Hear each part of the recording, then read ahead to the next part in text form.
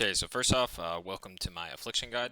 Affliction is just your standard multi-dot class. I think that from ulduar all the way through ICC, it's going to be top DPS on most fights, especially anything that has multi-dot. So when I'm thinking about like important fights, anything that has like standstill, drain soul stuff, you're gonna definitely excel. So I'm thinking of fights like algalon, Iron Council hard mode, Firefighter. It's really good. Oh, and obviously Yogg. Yogg is just, that fight was just made for Affliction. Let's think TOC. Twins is really good. And by ICC, I mean like it's godly on like every fight, especially early on. Nobody has gear really. I know a lot of people play Ice Crown server, and you know they meme on Affliction. They say it's bad, but man, they are just they're so wrong. It's hilarious. So yeah, let's get into it. Like I said, if you're a beginner, this is the full guide. You can come back and look at it as much as you want. I'm gonna try and include a bunch of things that I think might be useful. And just know that Affliction Lock is, I've played like every single class in Spec and Wrath. I think Affliction Lock is, at the very least, it's like top 5 on difficulty to really master. I would say that maybe Spell Enhance, maybe Feral are both above it. They're all difficult in their own ways. But yeah, if you do your pre-pull correctly, if you have your gear set up, if really efficient in your drain phase, and you know the fight well, you're going to do very, very good on Affliction. But if you're missing any of those, your DPS is going to suffer a lot. You should also have your raid kind of playing around you. You should have the, like, they should be trixing you. They should be ready to salve you. All of these things really do matter a lot. But yeah, it's one of the most fun. It's, I mean, I play it every single fresh. You know, like I said, I played every other class, but Affliction is just, it's so good. But yeah, let's get into it.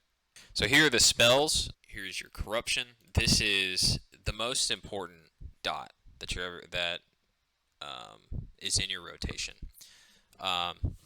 It is usually either tied or it is your top damage ability.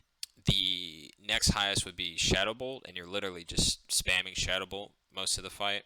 So that just shows you how powerful the things like the Glyph of Quick Decay and all of your talent synergy that goes with Corruption. Yeah, so there's another thing about Corruption. It also has a chance of proccing your Eradication.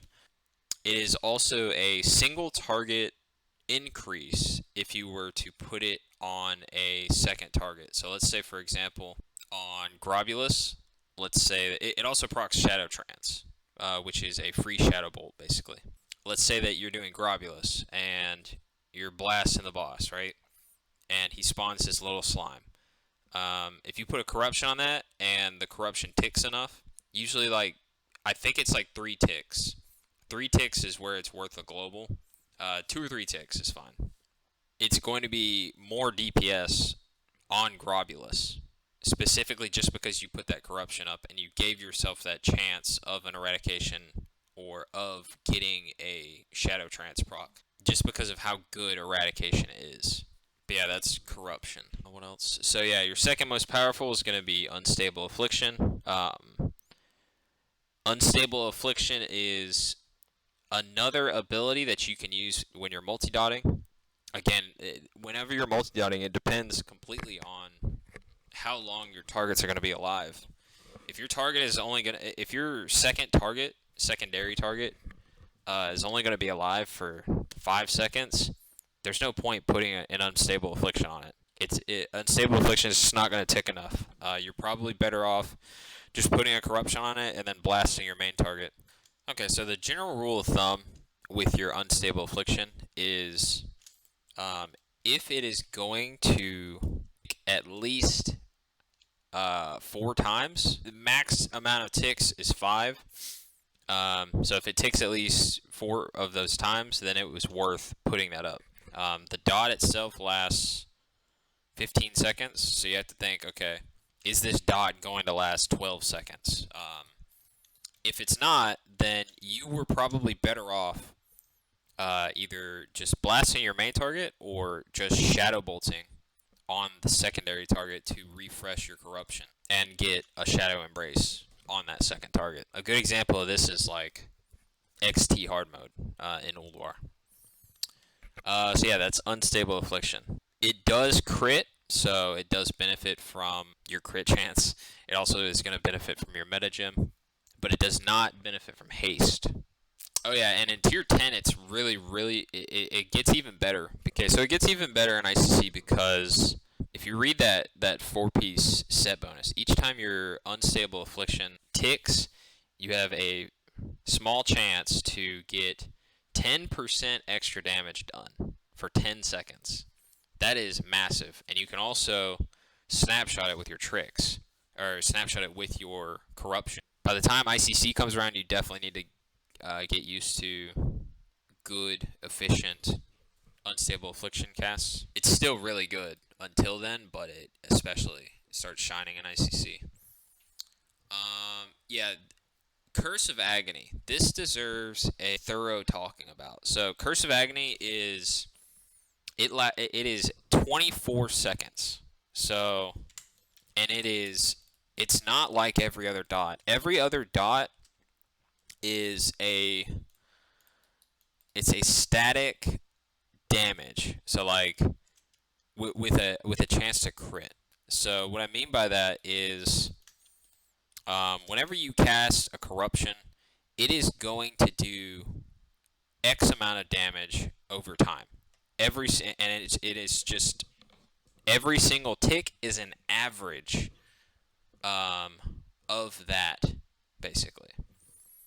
Your corruption, just to make numbers easy, your corruption is going to do 6,000 damage over 12 seconds. That means, so corruption only ticks 6 times total, and like I said, 6,000 damage, so that means that every single time corruption is going to tick for 1,000 damage. It is just a straight average. Now, Curse of Agony works completely different. Curse of Agony is a ramp-up dot. That means that whenever you cast Curse of Agony, it's not going to do shit until, like, the last 2 ticks. And even watching it right now, I want to say that the first couple of ticks do nearly half as much as the end 2 or 3 ticks. So whenever you are casting Curse of Agony, you better be damn sure that it gets fully all the way through its 24 seconds. It is not affected by haste. Oh, that's the other thing. So you never want to clip Curse of Agony. That is the worst spell to clip.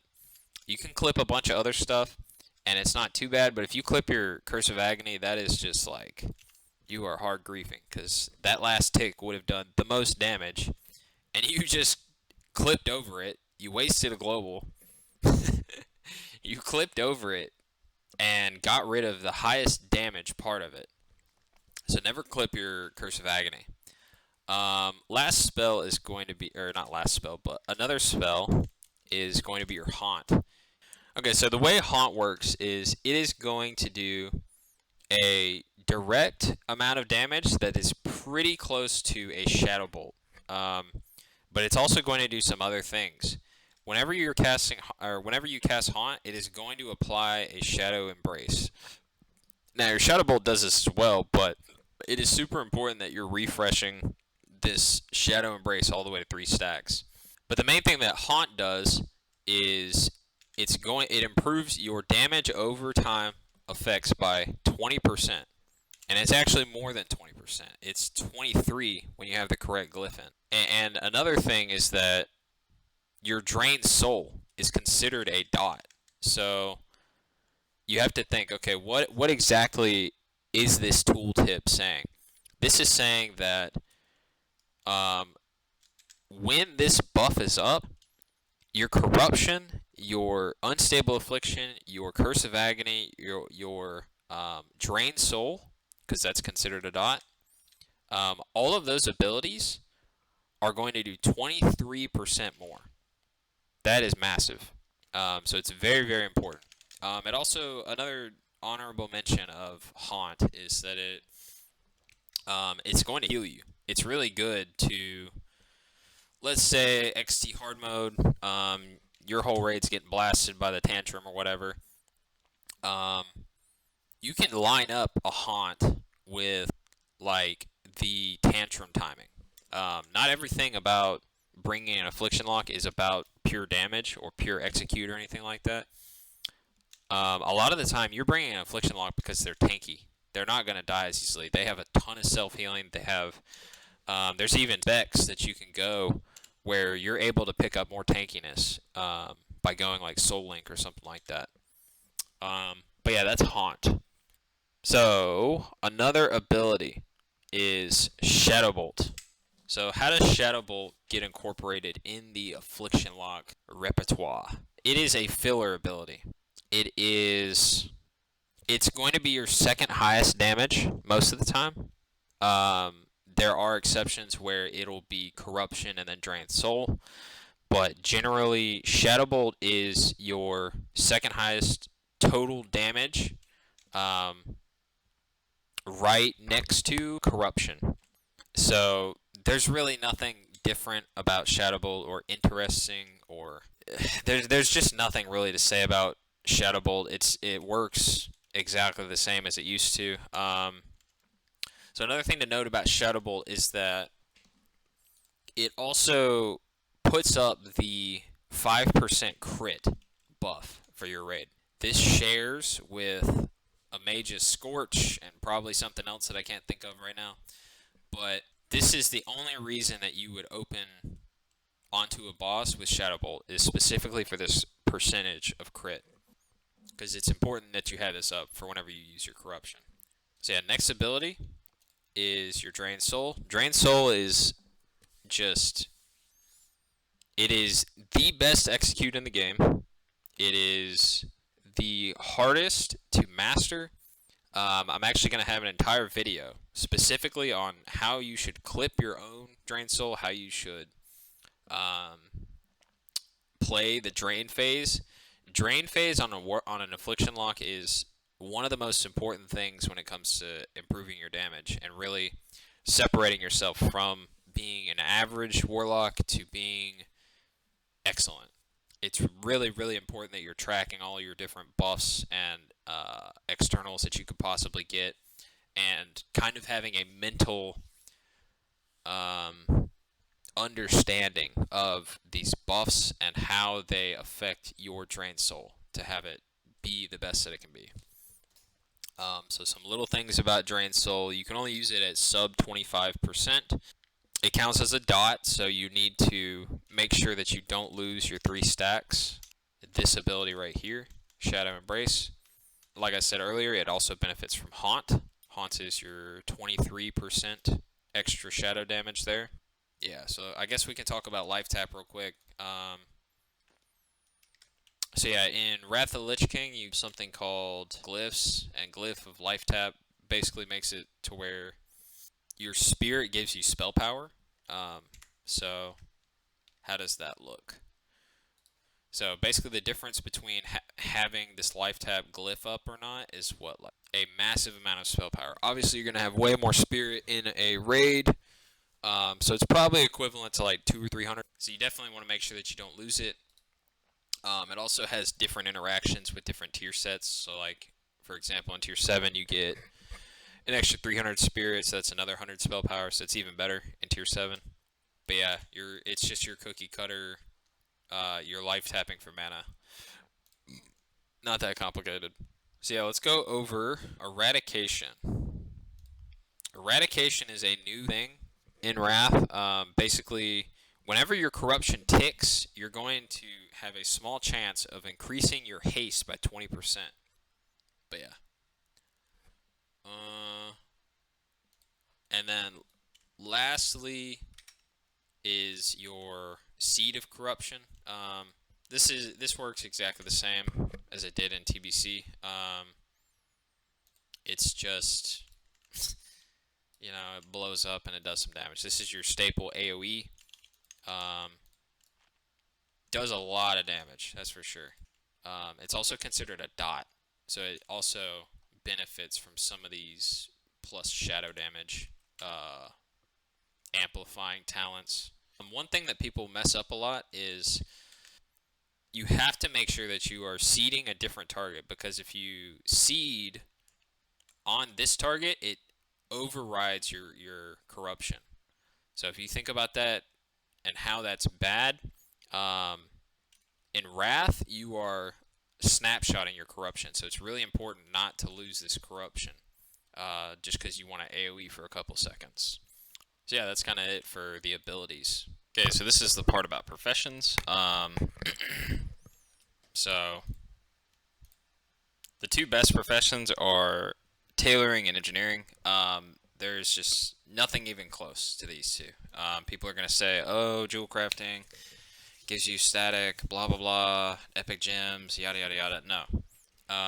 Tailoring is very, very good because of this little cloak enchant. So this cloak enchant gives you 300 spell power for 15 seconds. The only way that this is bad is if the proc rate is bad. But as it stands now with private server data, it is a 15-second uptime with a 45-second internal cooldown. So that means that for 1/3 of the time, you're going to have 300 spell power.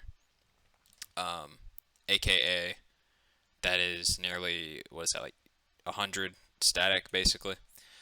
But it's not just that. It's actually even better than that. So for tailoring, let's say that, and I'm just going to demonstrate a little bit here. Let's say that I'm in drain phase. Let's pretend this mob is at 25% health right now. So with this drain tick, and I'm actually going to go really slowly, I am able to clip this whole tick. Let's say that I held the tailoring enchant, or I clipped it for that last second. That entire drain that I just did has an extra 300 spell power for that entire drain. So that essentially for Drained Soul, for that specific ability, your tailoring cloak enchant, not only did it last the 15 seconds, but it also lasted the entire, what, like 10 seconds, 12 seconds of drain. It's so much better than any other option. So yeah, that's tailoring. The other profession that you should have is engineering. Engineering is, if you looked at it on paper, it's not the best stats, and I know that it went through different changes. I know that it went from 10-second uptime to a 12-second uptime or something like that. Obviously, that makes it better. The rocket boots aren't the best stats. The what else do you get for engineering? The bombs and stuff aren't the best. If you think about like how quickly you can actually throw them, I don't know if the macro works in Wrath, but in TBC you can just keep your I think it works this way. I think you just keep your what's this called? Your cursor like pointed at the boss, but in Wrath, I'm pretty sure that you're actually going to have to physically hit a keybind and then actually use it. So I don't care how many times you hit rank 1 gladiator. I don't care how much of a challenger in League of Legends you are. There is going to be a slight delay from you hitting this keybind and you left clicking on whatever mob that you're hitting. Serenite bombs are not always the answer because you have to think about it. Like, let's say you take 0.2 seconds to effectively throw your bomb. That 0.2 seconds could have been used on a Shadow Bolt. And 0.2 seconds is essentially like 10% haste or something like that. So it is like it's not just a straight upgrade like a lot of people talk about. You are going to lose a little bit of efficiency, a little bit of shadow bolt usage. Obviously, you still want to use them. You just want to get really good at using them. But what I'm trying to get at with saying that is it's kind of hard to say that engineering bombs are a straight X amount of upgrade. It is, I would say that bombs as well as the sapper charge, any on use item really, is going to be it's going to be affected by how quick you are, how good at your keybinds you are, how much you fucking lag. You know what I mean? If you have 600 ping, you're probably better off just casting shadow bolts with spell queue. You know what I mean? To where it's just like automated. You know what I mean? Like you're probably gonna lose damage, or if your computer's really bad, you probably shouldn't even be throwing them. That being said, if you have a really good computer and all that stuff, you should be throwing bombs on cooldown, or saving them for like AoE because they do hit multiple targets. But yeah, that's what engineering brings. The main reason that you actually bring engineering though is it's nothing to do with buffs on your character. It's nothing to do with, oh my god, it snapshots with my drain soul. It's so good. It's amazing on the pull. Blah blah blah. I use it with my tailoring cloak. Yeah, all that shit's great. But when you're in ulduar, when you let's say you're doing XT hard mode right now, and you get the shadow debuff, you need to fucking get out of the raid. You need to like you're probably not a perfect player, just like I'm not. You need this thing to get out of the raid with these debuffs and stuff. It's going to be a DPS increase. If you get defile, you better be hustling. You better be blasting somewhere. In Trial of the Crusader, if you get targeted by a noob, you're a very, very slow class. Warlock is so slow in Wrath, and yes, you have demonic teleport, and you should be using it effectively. And sure, maybe not every single fight. You know, you would sim better on patchwork if you were some other profession, probably. But who cares? Are you gonna change professions between bosses? At like maybe between tiers. So like I said, maybe you do it. You don't have engineering for tier 7. But I would not ever in my life would I play ulduar, TOC, or ICC without engineering, especially not on Warlock. On other classes, you can get away with it. On Feral, on a Rogue, because you have Sprint, you have passive movement speed and stuff. Maybe even if you're a tank and you have Tuskers enchant on your boots, that's fine. But not Warlock. Do not make the mistake of missing engineering. If you want to have these fun professions, what are they, like inscription and stuff? If you want to have these professions, I highly recommend getting an alt. You know what I mean? Like, just go get mining on your tank or something, man. Because you need engineering. Engineering is just that good in Wrath. But yeah, that is my guide / plea to what you should be doing. Okay, so this is a section on your talents. For Naxxramas, this is going to be your best spec when it comes to top damage. The only caveat might be that, let's say you're going for a specific boss parse, a specific boss speed kill. You might literally not even use your Fell Hunter. You might use your Infernal for the entire fight, because the fights are going to be less than a minute long.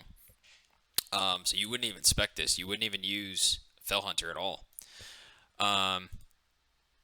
Another caveat would be if you were trying to parse on Thaddeus specifically, you would probably take out these 2 talents and put it in Fell Concentration. And on Safety Dance, you might even want to have improved range for not only for Affliction Tree, but also for Destro Tree. All of these talents that I just mentioned are not going to affect your DPS that much. You can run pushback for the entirety of Nax. You can run destruction range for the entirety of Nax. You can run Affliction, less threat. This talent is actually not that good because most of your threat comes from Shadow Bolt, and Shadow Bolt is not an Affliction spell, so this is a meme because it just doesn't reduce your threat that much. But yeah, one of the most important talents is this, but this is only going to apply if you're actually using your Fell Hunter the entire time. I've seen crazier stuff, so I wouldn't doubt it if there was a raid where you literally don't use Fell Hunter. If people are waiting 10 minutes between every single boss just to try and get rank 1 for everything, I could see it happening. Dark Pact is something that gets better towards the end of the game. In ICC, it's actually going to give you more mana. But early on, like Tier 7, Tier 8, you're just going to be using Life Tap so you don't spec into this. So yeah, this is your Tier 7 Bis. As far as Glyphs, you always go these Glyphs. You always go Quick Decay. It's going to make your Corruption do insane damage. Your Haunt, these just are the best in slot Glyphs. This is going to make it so that your Spirit actually gives you some more damage. Yeah. So going through the talents, I mean, you guys can read the freaking talents. I'll just do the interesting ones. This is your Nightfall. This is the one that gives you free Shadow Bolt. This is your Shadow Embrace.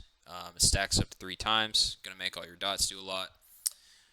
This is your Eradication. This is why you put Corruption on multiple targets, so that Eradication as well as Nightfall or Shadow Trance procs, so that you can do more single target damage.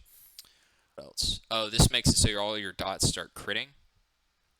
And then this right here is your soft execute that Affliction gets, which is sub 35%. You would ideally get a Tricks at this point, reapply your Corruption so that the rest of the fight your Corruption is doing insane damage, or 27% instead of just the static 12. Right here, this is just showcasing that Haunt and Shadow Bolt now refresh your Corruption. This is your 5% spell crit on the boss, and this is your very important. This is what makes the filler of Shadow Bolt actually really good. Is these 15-point synergy right here.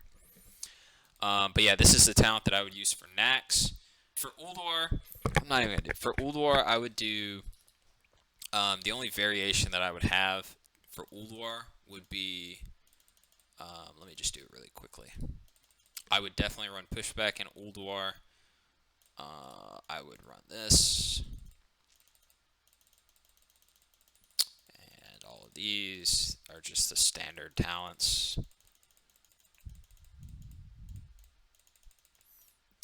As you can see, I play a lot of Affliction Warlock. So yeah, this is what I would run for Ulduar all the way through the rest of the game. Again, you can change a few of these. Like if you want to take out 1 point, put 1 here. If you want to improve life tap, if you don't care about spell pushback that much, you could have 2 here and then 1 here. All of these things are really minute, but you can run them. And once again, you can take this point out here and put it in here for a little actual reduced threat. Okay, so this is the section about race and professions. If you look at this little chart, or if you're looking at the chart, Orc's going to give you Blood Fury. Just about every single other race on Horde isn't going to give you shit. Please just go Orc. If you're Horde, go Orc. It's actually not that much of a damage loss if you stay undead or whatever. People kind of lose their shit over it, but it's not. If I had to guess, let's say you're talking like a 10k DPS fight, you'll probably lose like 2 or 3%. So what's that, like 200 or 300 DPS or something like that? Not the end of the world. Like, let's say if you have a bunch of stuff on your character and you don't want to reroll just because of a little min-maxing, you don't. I would say you don't have to. So yeah, that's Horde. For Alliance, the two races are actually really close. Just doing some quick math, if you go off of this, you get 3% Spirit as human, and then you get 5% Int as gnome. I went off of my current intellect and my current spell power, or my current spirit rather, in tier 7 gear, and it basically, this was the gnome stat weight, and then this was the human. So human is, it's so close that it really doesn't even matter. And if you play demonology, I would imagine that the spirit is going to get a little better. Yeah. Okay, so this is going to be your gems and enchants. For your head slot, you're going to have 30 spell power, 20 crit. Enchant, that is from Corintor Rep. Not hard at all to get.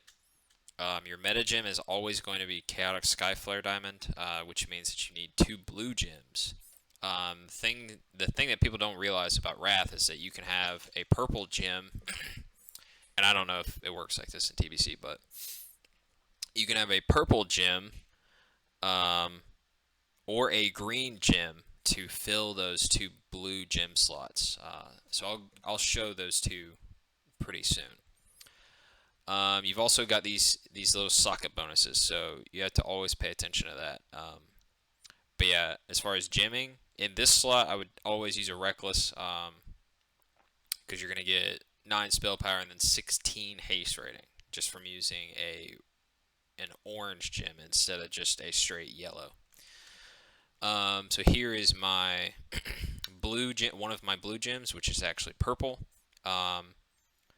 So your Purified Twilight Opal, that is 9 spell power and then 8 spirit. 8 spirit is going to give you 4 or 5 spell power, somewhere in there. This gem gets an honorable mention that most people actually don't use. It's called Shining Forest Emerald. It is 8 hit and 8 spirit. So the spirit's going to give you a little spell power, and then the hit is going to give you hit.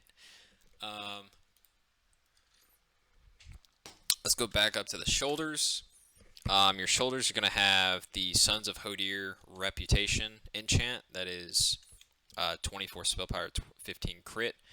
If Warlock is your alt and you're just kind of skimming through this shit, another good option is the Stonekeeper Shard PvP one. It's not going to gimp your DPS too much, and it's substantially easier to get. Let me find it in here. Okay, so it is your... And you can also do the same thing with your head slot, but head slot is substantially easier to get than Sons of Hodir Rep. Sons of Hodir is, especially in Wrath Classic, is gonna be not fun. I try not to cuss as much. So yeah, in your shoulder slot, until you get Sons of Hodir Rep, you can use this one, 23 spell power, 15 resilience. You could also use some of the other TBC shit. You could do vanilla stuff. I didn't play that, so you know there's probably some more options there. But yeah, this is purchased with Stonekeeper shards. Stonekeeper shards, basically they just drop in dungeons at level 80, and they're very easy to get, as you can see. I did not purposely farm any of these, and I have a shit ton of them. So yeah, let's get back to the enchants. So yeah, tailoring is BIS, and then I would go engineering. Anyway, so then there is 15 spirit to your chest. 15 spirit is going to give you around 7 or 8 spell power. Yeah, and then also in your red slots, I forgot to mention this gem, 19 spell power. That is your bread and butter gem. And then I like haste a lot, so I just put this in there, and then I get the little 6 spirit extra. Then you have 30 spell power to your bracers. You have 63 to your weapon. There are cheaper versions of this if you're a broke boy. You can go pick up a 23 spell power bracer enchant, and then there is a 50 spell power weapon enchant. These are substantially cheaper, and I highly recommend them for like heroic gear, or if this is your alt, I highly recommend it because it's not that big of a deal, and it is like 20 times cheaper, literally. So let's keep going. So you notice that I don't have an enchant here because I have engineering. So you should be an engineer and you should not use the glove enchant. More gems. Here's another gem. It's called Veil Monarch Topaz. Yeah, you don't lose much by using that. A good way when you're gemming is just to add. If you add these two things together, so 9 spell power and then 8 hit, that is 17 worth of stats. And the comparable, well, okay, cringe. 9 spell power, 8 hit, 17 worth of stats versus 19 spell power, straight gem, so that's 19 worth of stats. That's a good way of thinking about your gemming.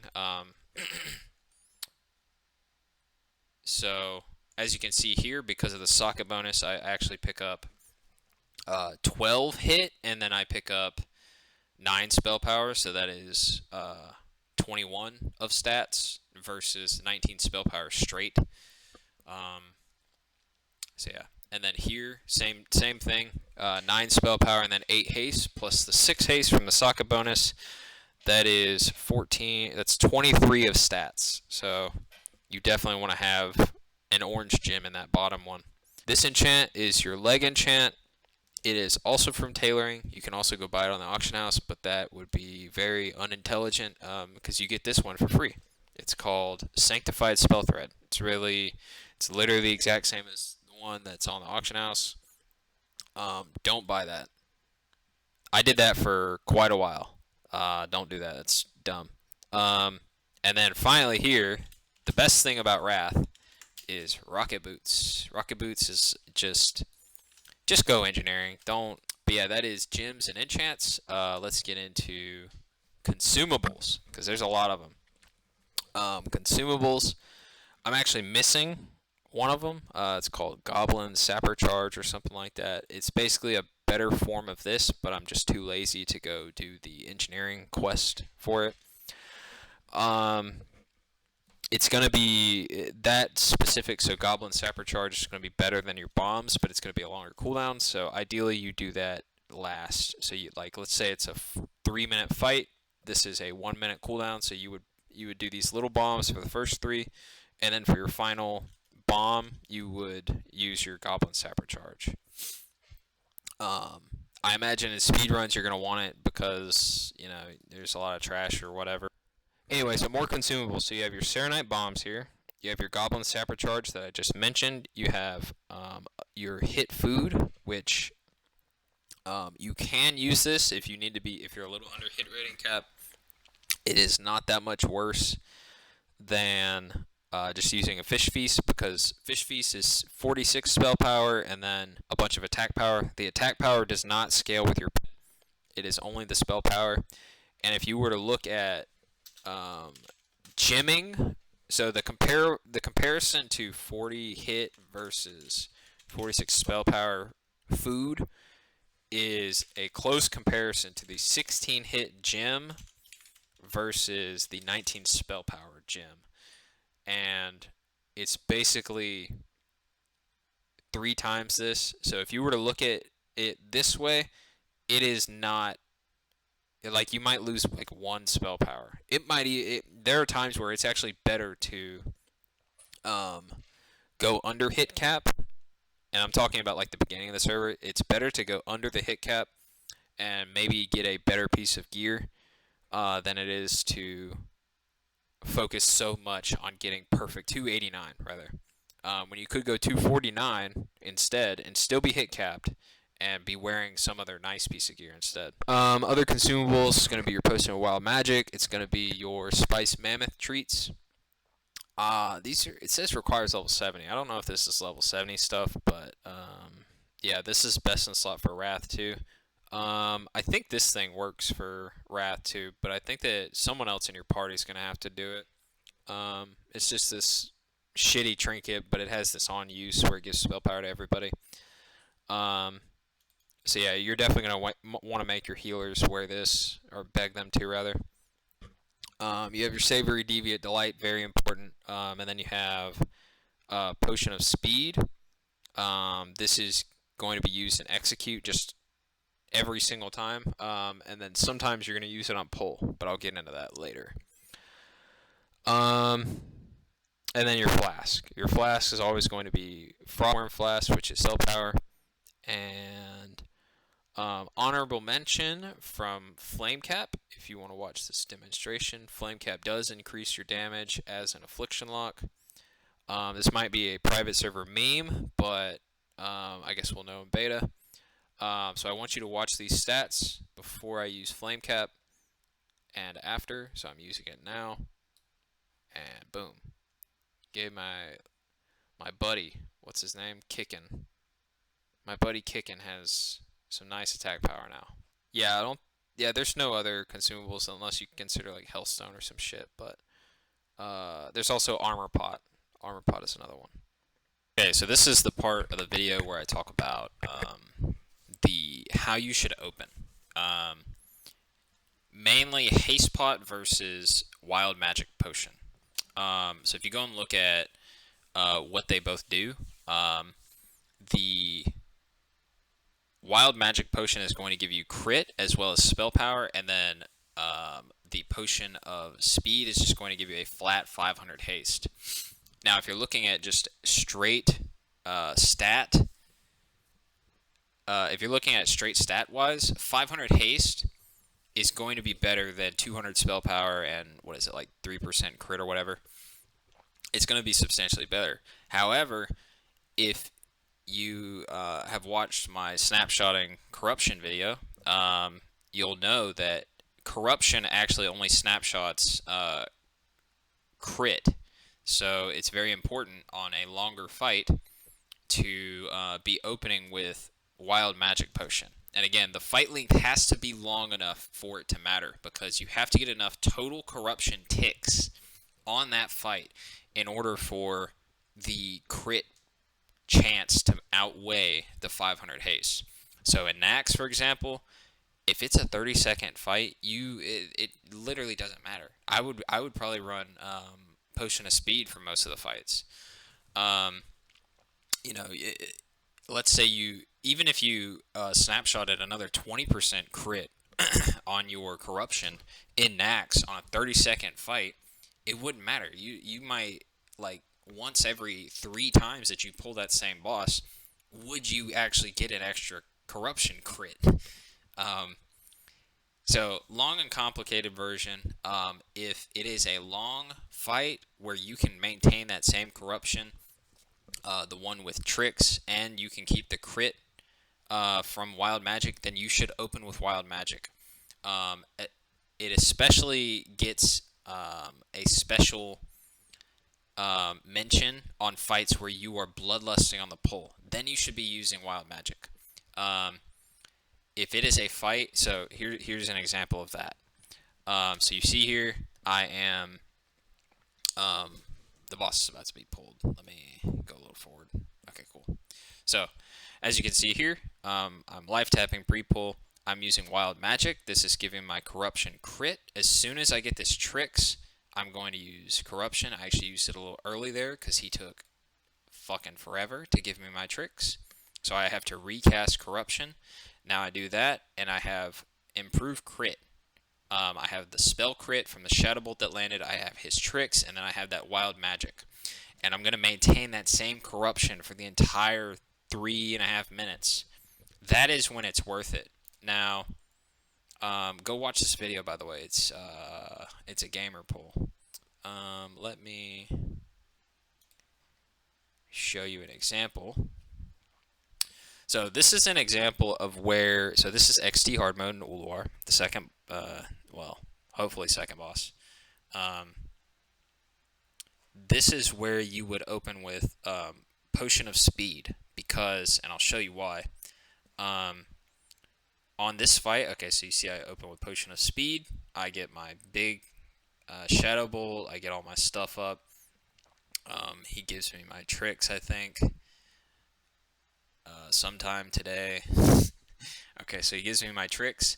Now I recast the Corruption so that it, for the next couple seconds, does a little more damage. Now, I went too far. Okay, so we go here. So the way this fight works is that you see the boss is gonna, he's sitting down, he's tired or something. So when he's tired, yeah, I don't even know. He like disappears or something. Yeah, okay. So you can't attack him. But point of it is that my corruption disappears. Okay, and you have to DPS this heart. Now, when your corruption disappears, that means that that wild magic that you use on the Prepot also goes away. So, yeah, we kill the heart here. Blah blah blah.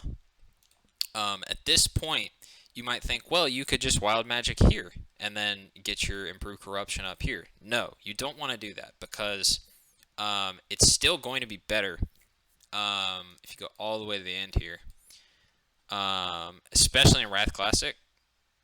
It's still going to be better for your second potion to be a, and I got a fat drain here. Your second potion, you want it to be in your drain phase. I should have drained right here, by the way. But yeah, you don't want to waste it at the, towards the beginning of the fight, when you could get a massive drain out of it. But yeah, this is the part of Affliction where you need to know the fights beforehand. You need to know what you're gonna pre-pot and have already thought it out beforehand. And it's also going to take some practice. Okay, so now we're going to talk about your stats. So, in general, your stats are just going to be hit rating, spell power, haste, and then crit, and spirit. Spirit does actually increase your damage in Wrath due to how Fell Armor works, if you read that. And then also your life tap, how that works. So if you see, you get basically 50% there.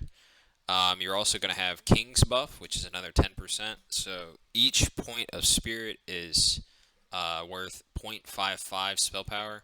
As Affliction, it changes for Demonology. And then there's also a nice little thing in Tier 7 where you get extra spirit. So that's kind of nice. So yeah, your spell power, the way spell power works, it increases your pet damage, it increases your damage, it's your main thing. Your hit rating, 289 is the number that you need, or 11%. You can, let's say you're like 350 hit rating or something like that. You can spec out of this. Also, this is the 289 number is hit cap with this talent. This talent does not show in here. So if you're thinking about it, it is 289 is 11%, as you can see on this where it says 11%, and then you need 3 from talents. And then a Shadow Priest, which actually there is one right here. Here it is. Okay. A Shadow Priest is going to have 3% extra hit on the target as well. So that gives you your 17% spell hit rating.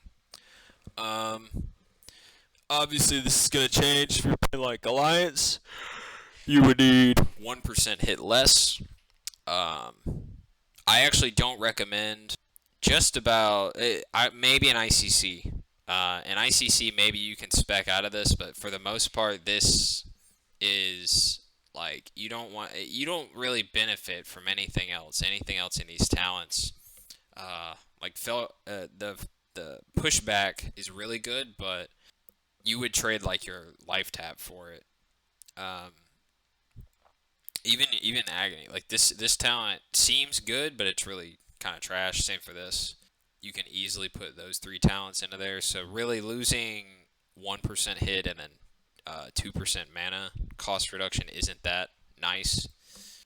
So yeah, that's hit rating. Your crit is actually really worthless early on. You just don't have enough of it.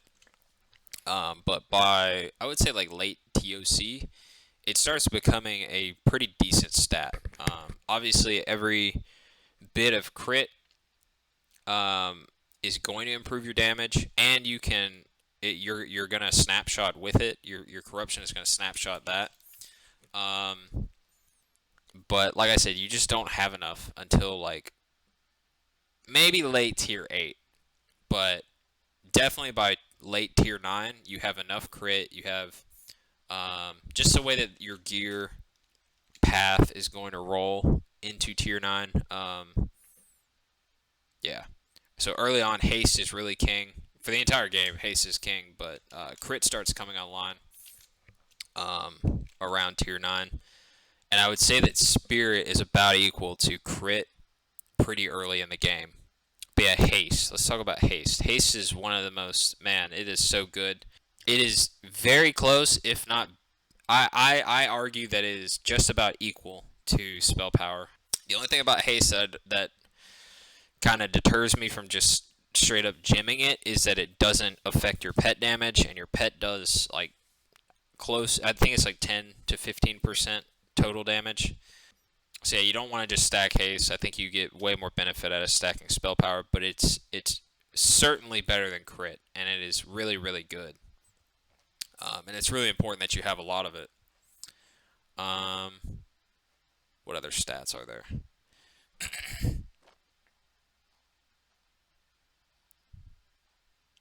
Yeah, that's kind of it. If you want specific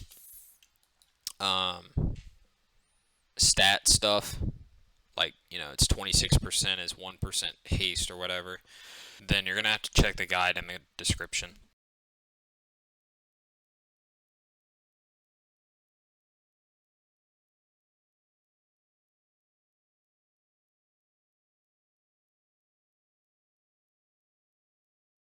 Okay, so now that you know all of your abilities do, I'm going to give you an opener, an example opener.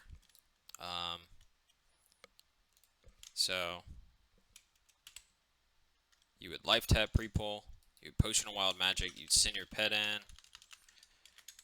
unstable affliction, blah blah blah. Ideally you get the tricks right before that corruption goes out, and then you just shadow bolt, and you shadow bolt, and it is okay to clip haunt. Another thing that you should be doing is, and this is for just about every caster, but especially Affliction. Oh my god, stop spamming, dude. Is you're getting closer to your target every single time. Every single instant ability that you're doing, you should be getting closer to your target. This is going to help your rogue spam tricks on you. He actually shouldn't spam tricks on you. This is, it's more just for like 35% or whatever. But yeah, you see with my Shadow Trance procs, with my life taps and stuff, I'm slowly moving closer to the boss.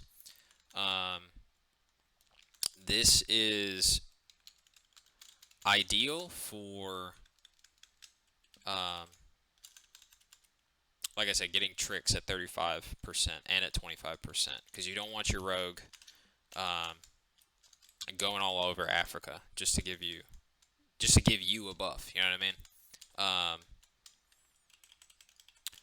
And also, eventually, when you're close enough to the boss, or we're pretending this is a boss. When you're close enough to the boss, you can send your haunts way sooner. So it's, yeah.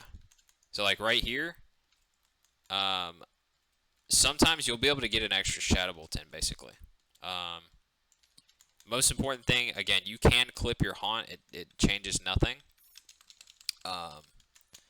But being close enough to the target is very important for reducing the travel time of your haunt and basically allowing you to get more shadow bolts in. This is just your standard rotation all the way from like 100% to your drain phase. And I will have a separate video. It really deserves it. There will be a separate video on effective drain drain phase. Okay, so this is the ending of the guide. I didn't know where else to put any of this stuff, but there's just a couple of honorable mentions. So ideally, your best thing to do, let's say that this mob is at sub 35%. Or not 35%, but let's say that this mob is going to die in exactly 1 minute and 1 second. What should you do? So you have your little fell hunter hitting it. He does, you know, he does his thing. He does like 500 DPS or whatever. What you should do is you should use this thing called Inferno. It summons your Infernal right here. Costs a lot of mana, as you can see. That costs, what's that, like a fifth of my mana? But he does significantly more. He also has a little AoE ability. I think we can actually check it right now. Yeah, he actually scales a little more with Flame Cap, because you can see that his damage went up a little bit. Yeah, but you don't have a pet bar to actually be 100% sure if he does or not. He might even clip it. I think Fire Ellie Totem actually clips your Flame Cap, so you might have to use it beforehand. But if you see both of these, the uptime in Infernal and the uptime on Flame Cap is both a minute, so it's actually kind of perfect. You could probably even macro it into your Infernal. But yeah, there's that. And like I said, this stuff I didn't know where to put this stuff, so I'm just kind of mentioning them. Another honorable mention is the set bonus on your. This is from AQ40. Most people are not autistic enough to go and do this on a private server, but I am. So here it is. So if you read it, it is where is it? Increase damage from your summon pet's melee attacks and damage spells. So let's say you're pre-pulling with this. After you summon your pet, you summon your fell hunter, he's gonna do X amount of damage, and then before you actually pull the boss, you can just swap your gear off. Now, the way this works is that he's going to have 5% extra damage the rest of the fight, and then you give him a little treat because he's been a good boy. And now he's gonna do more damage. You know, he deserves his treats. So yeah, that's my entire Affliction guide. Hope you liked it. If you have any questions, just ask in the comments. There is substantially more to the class. There's snapshot and corruption. You're gonna have to watch the actual snapshot video on that. And then there's also specifically how to correctly do your drain phase. Your drain phase is so fast, but it's also where it's crazy how much damage, total percentage damage, your drain soul does in one of the fastest parts of the fight. So like everybody's hitting execute at the same time, right? I mean, you would think that drain soul, it can't be that crazy, but it is. It's like 15 to 20% of your entire damage comes in a very tight, quick window at the very end of the fight. So that's why I didn't go into it here. You're going to have to go and watch the Drain Soul video and then the Snapshot Corruption video. But again, this video was mainly like... this video was mainly about introduction to the class, everything that I think is cool about it, everything that I think you would need to know if it's your alt or something like that. It's kind of the guide that I would want. So yeah, again, if you have any questions, feel free to ask. I'm going to have a ton of different Affliction stuff, Affliction things rather. But yeah, catch y'all later.